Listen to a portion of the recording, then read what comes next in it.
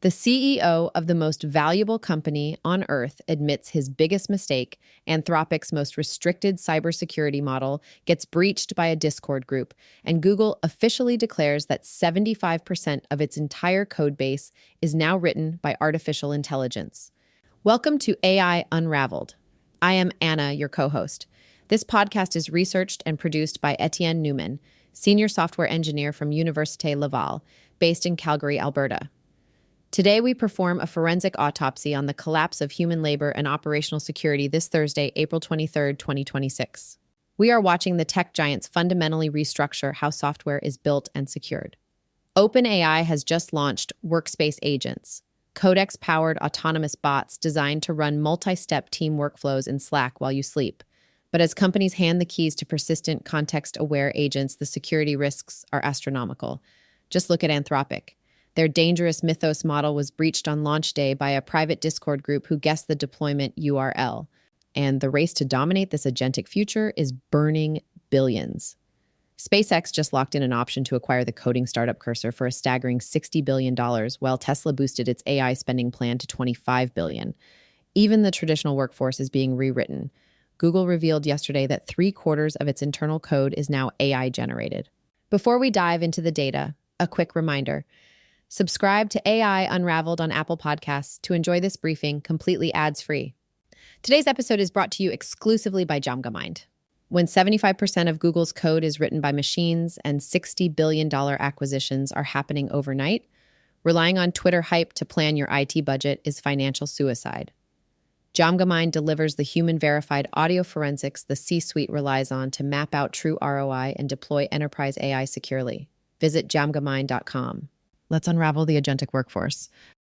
Today, 75% of the code running one of those powerful tech companies on Earth was not written by a human. Yeah, which is just staggering to think about. Right. So if you are a white-collar worker listening to this deep dive on April 23rd, 2026, your job description just fundamentally changed. It went from, creator to bot manager. Welcome to the automated enterprise.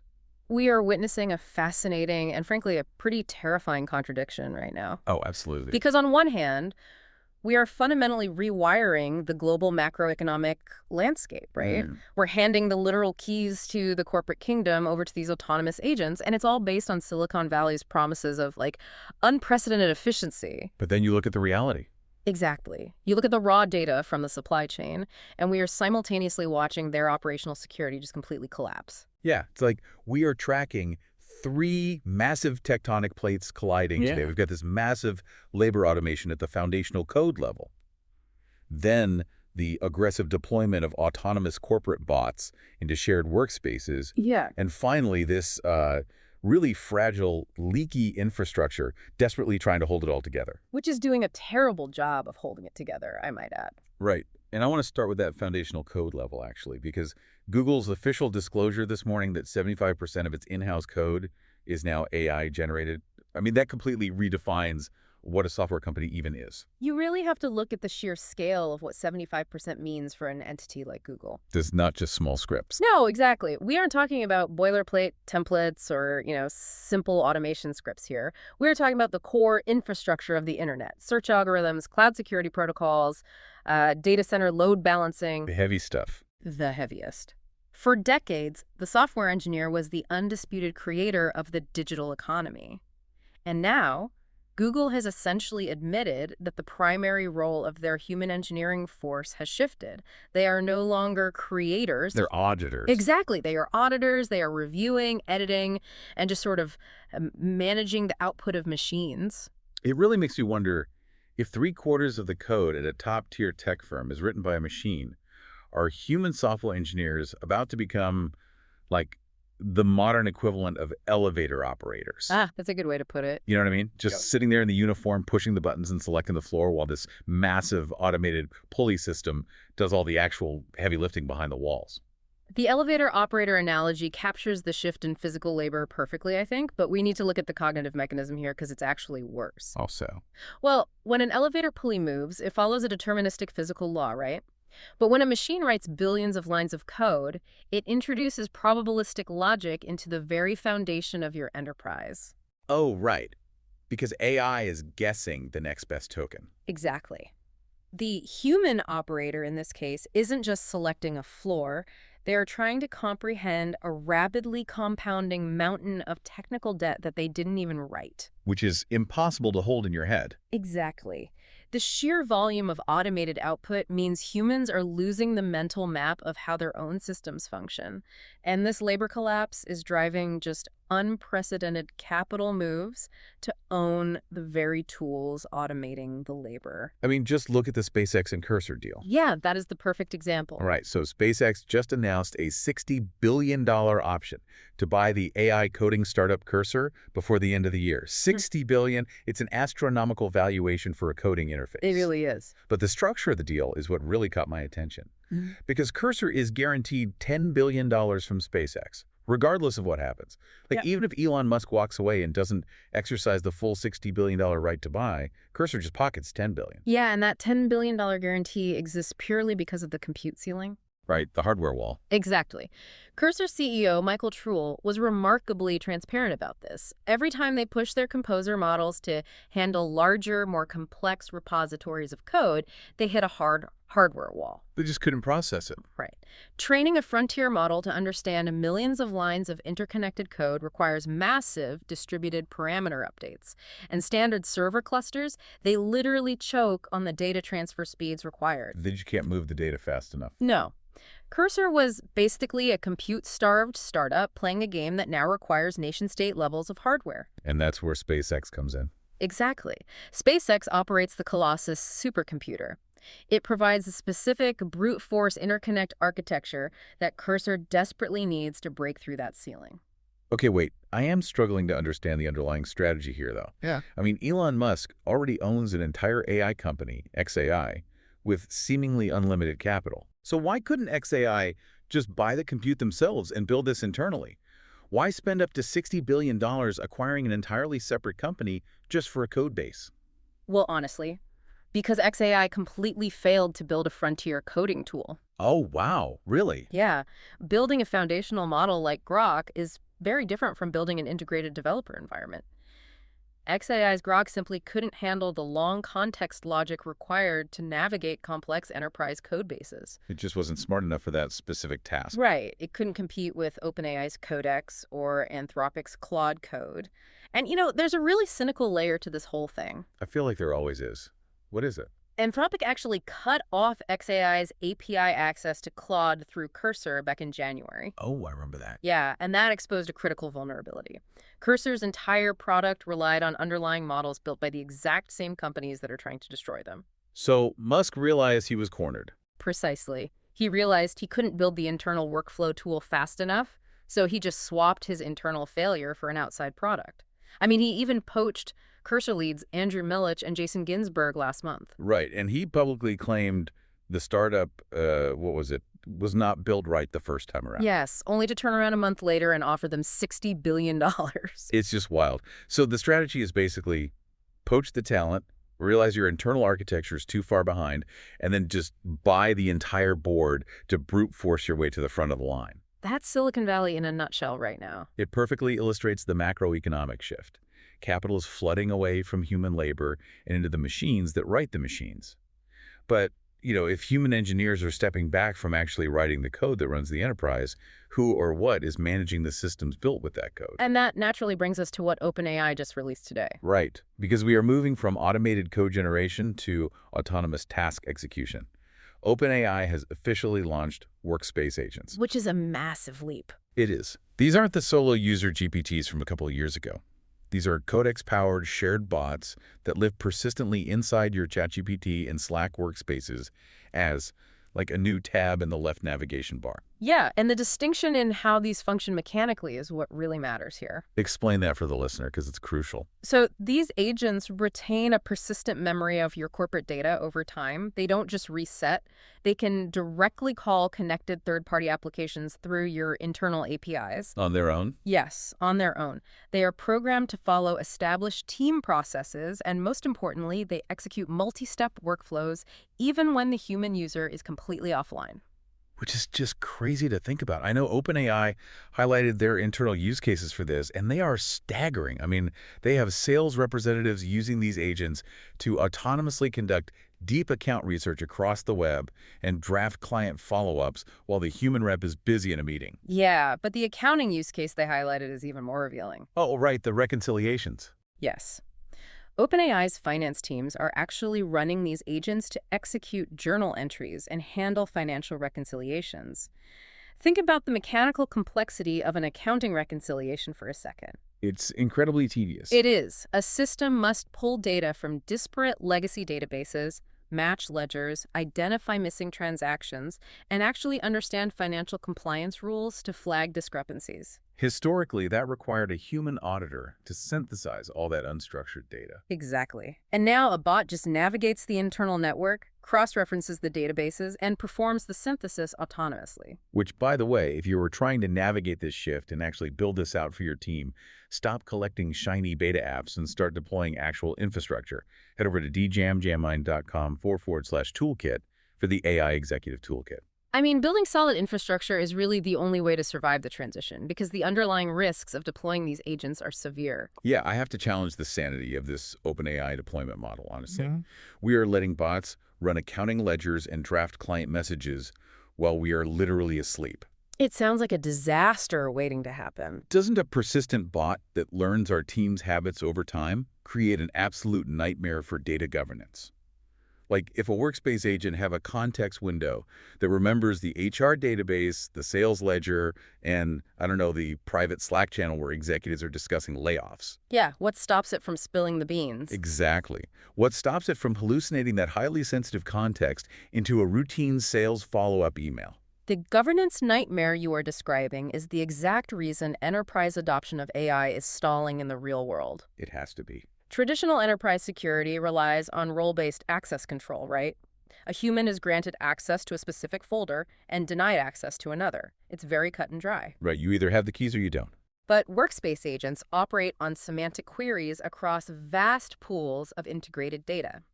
OpenAI's pitch requires deep structural integration with your company's proprietary databases to function effectively. So they need access to everything to be useful. Exactly. And this forces companies into a really uncomfortable binary decision. How much operational autonomy are you actually willing to surrender? Because if an agent has persistent context, it remembers the mistakes you made last week. It remembers unreleased financial data. It knows everything. Right. And when it hands a multi-step task off to another automated system, traditional perimeter security becomes completely obsolete. You are trusting a piece of software, not just to generate text, but to truly understand the complex, unspoken nuances of who is legally allowed to see what information inside a corporation. Which it fundamentally does not understand. Exactly. When autonomous agents are executing multi-step workflows inside your Slack channels while you sleep, relying on vendor promises is financial suicide. Jam-Bemind provides the human-verified, technical-grade audio forensics required to map out true ROI and govern your AI deployment safely. Visit djamjamind.com. And, when we say technical-grade audio forensics, we are talking about real security. Right, like cryptographic verification of voice commands to ensure a synthetic agent isn't spoofing a CFO's authorization on a ledger transfer. Because, frankly, relying on the tech industry to secure its own supply chain is proving disastrous. Beyond disastrous. We just saw this with the Anthropic Mythos leak. Oh, the Mythos breach is the ultimate case study in how the pristine narrative of Silicon Valley security just shatters upon contact with real-world infrastructure. Break down what happened there because it's almost unbelievable. So Anthropic developed a cybersecurity model called Mythos. And the internal assessment concluded this model was so powerful and potentially so dangerous in the hands of bad actors that it absolutely could not be released to the public. They treated it like a weapon. Right. They locked it down under a secret initiative called Project Glasswing and deployed it on April 10th exclusively to a highly vetted group of partners. The public relations framing treated this model like digital uranium. But the reality of how this quote-unquote highly secure model leaked into the wild is almost comical. It really is a joke. Because this wasn't a sophisticated multi-year nation-state attack from a foreign intelligence service. It wasn't the kind of zero-day exploit that prompts emergency White House briefings. No, not at all. It was a random, private Discord group of hobbyists tracking unreleased AI models. The mechanics of the breach expose the fundamental flaw in how these companies handle cloud deployment. The Discord group didn't hack Anthropic's core servers. They didn't have to. Right. They used naming conventions that had been leaked during an entirely separate incident, the Merkur breach. They studied how these AI companies structure their hidden back-end deployment URLs for partner access. So they just figured out the pattern. Exactly. They applied that logic to Anthropic's cloud infrastructure and essentially brute forced the web address where Mythos was being hosted for Project Glasswing partners. They just guessed the URL. So let me get this straight. Anthropic built an impenetrable digital bank vault to house the most dangerous cyber tool in the world, but they gave the combination to a third-party vendor who wrote it on a sticky note and left it in a public library. The sticky note analogy is highly accurate, and the compounding factor makes it even worse. What was it? One of the members of that Discord group possessed third-party vendor credentials acquired through contract work. Ah, of course, the vendor risk. This reveals the actual state of the AI supply chain. Anthropic can spend millions securing their headquarters, but the moment they grant API access to a partner, and that partner hires a contractor, and that contractor stores their API keys in an unsecured local environment while chatting on Discord. The security perimeter ceases to exist. Exactly, it vanishes. Vendor access creates a compounding network of vulnerabilities.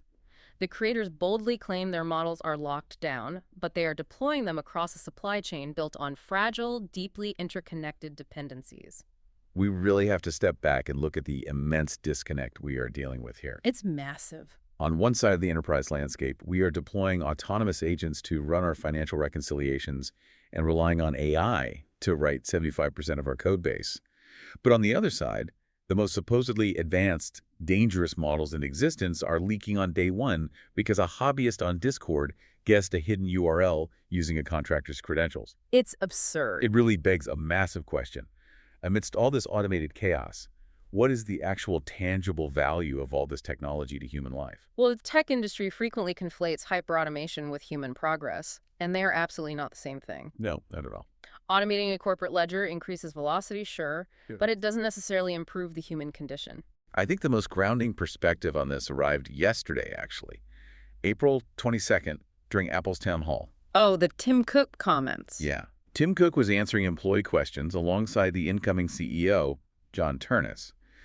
And Cook was asked to name his biggest mistake during his tenure as CEO. He pointed directly to 2012 to the disastrous launch of Apple Maps. Which is a fascinating admission, and the failure of Apple Maps provides a critical lesson for the current AI deployment crisis we're talking about today. How so? Well, Cook admitted that the fundamental flaw with Maps was how it was tested. The engineering teams tested the software almost exclusively in local environments, mostly geographically clustered around Cupertino. They were in a bubble. Exactly. They built a mapping system intended for the entire globe, but they only validated it inside their own highly controlled bubble. And a system that works flawlessly on the immaculate streets of Silicon Valley falls apart when you try to navigate a complex, unpredictable intersection in a different country. Right. And this is the exact trap AI developers are falling into today. Testing autonomous workspace agents and code-generating composer models inside the pristine, highly controlled bubble of a Silicon Valley lab is exactly why enterprise security is failing in the real world. It doesn't translate. No. A deterministic software system works perfectly when engineers use it exactly as intended. It catastrophically breaks when a third-party vendor contractor tries to authenticate from a Discord server, or when a sales rep uses an agent in a way the developers never predicted. Because the bubble inherently hides the messiness of human behavior and the fragile reality of global infrastructure. Perfectly said. But the flip side of that admission is what I think anchors this entire deep dive. When Cook was asked to name his greatest achievement, he didn't point to a software feature. Right. He didn't cite Apple's multi-trillion-dollar market cap or, a macroeconomic metric. He named the Apple Watch. Because it's tangible. Exactly. He noted that he still receives daily correspondence from users who credit that specific physical device with actively saving their lives. Because the Apple Watch interfaces directly with the physical reality of the human body. It utilizes complex algorithms not to optimize an email draft, but to monitor a cardiac rhythm, detect a physical fall, and autonomously call for emergency medical services when the user cannot. Right. Amidst this macroeconomic shift toward all of us becoming bot managers and dealing with leaky cyber tools and automated code bases, I think that is the starkest contrast of the day. It really puts it in perspective. The most impactful technology, the innovation that truly matters, remains the kind that protects and serves the physical human being, not the technology that just endlessly optimizes a corporate workflow. It forces us to reconsider the ultimate purpose of the infrastructure we're racing to build right now. We've mapped out a landscape where AI generates 75% of a tech giant's code base, where coding startups command $60 billion valuations simply to acquire enough compute to train their models, and where autonomous Slack bots operate simultaneously alongside URL-guessing Discord leaks. It is a complex, rapidly evolving enterprise environment, to say the least. It really is. And it leaves us with a critical macroeconomic implication to consider. What's that? Well, if every enterprise is deploying autonomous bot managers to execute workflows at machine speed, what happens when these systems interact? Like, what happens when your company's autonomous procurement agent begins negotiating directly with a supplier's autonomous pricing agent, all while both human managers are asleep? That's a terrifying thought. We are rapidly setting the stage for algorithmic flash crashes, not just in the financial stock markets, but in the actual physical supply chains of global goods.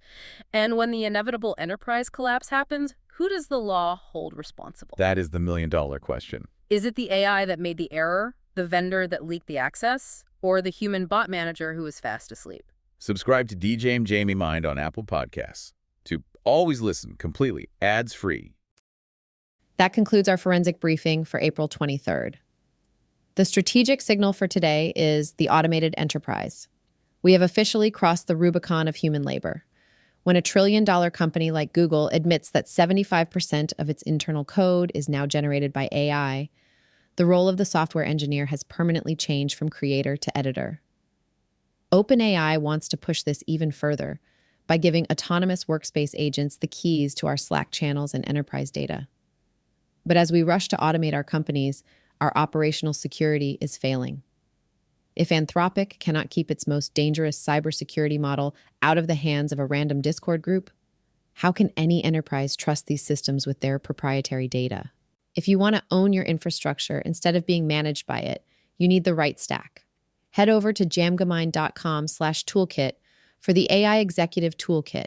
Etienne has audited the entire market to bring you a forensic vetted list of enterprise-grade AI solutions that actually execute securely. And as a special bonus for the AI Unraveled community, you can get exclusive discount codes for Google Workspace and Etienne's personal pro apps.